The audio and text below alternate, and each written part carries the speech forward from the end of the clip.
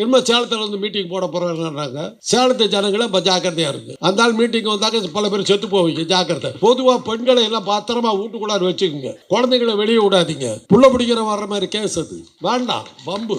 அது அந்த தேதி கொடுக்குறான். அவரு அந்த தேதி எப்படி பார்க்குறாரு பாருங்க. பாபரி மஸ்ஜித் இடிச்ச அன்னைக்கு வந்து இந்தியா பூராமே ஆபத்துன்னு சொல்லிட்டு பாதுகாப்பு நடவடிக்கைகளில் ஈடுபடுற தேதியில அன்னைக்கு என் கூட்டத்தை நடத்துங்கிறாரு. என்ன தெரியுது அவங்களுக்கு?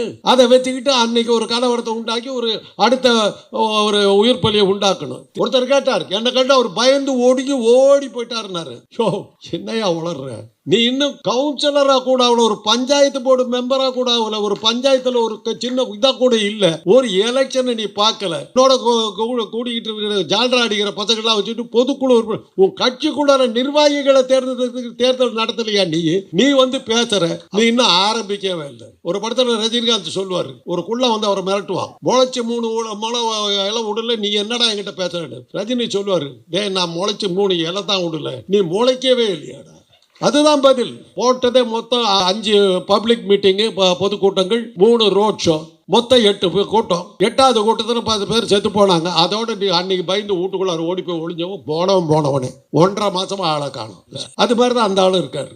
அவர் எங்க இருக்காருன்னு அவனுக்கும் தெரியல. அவரு குரல் தான் கேட்டது. அவரை பத்தி ஏதோ சொல்லிக்கிட்டு இருக்கிறாங்களே தவிர அவர் என்ன பேசுறாரு யாருக்கு தெரியல. தேர்தல் நடக்குது. நான் ஒரு சேட்டலைட் டிவியில சொன்னேன் 4 நாளைக்கு முன்னாடி.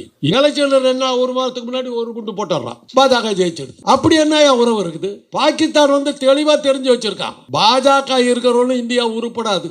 நாம செய்ய வேண்டிய வேலையை பாஜகவே செய்த, நாம ஏன்டா வம்புக்கு போகணும்? பாகிஸ்தானுக்கு மகிழ்ச்சியை கொடுக்குற ஆட்சியை கொடுக்கறதே நீ பாஜக தான், நீ தான்பா கொடுக்குற.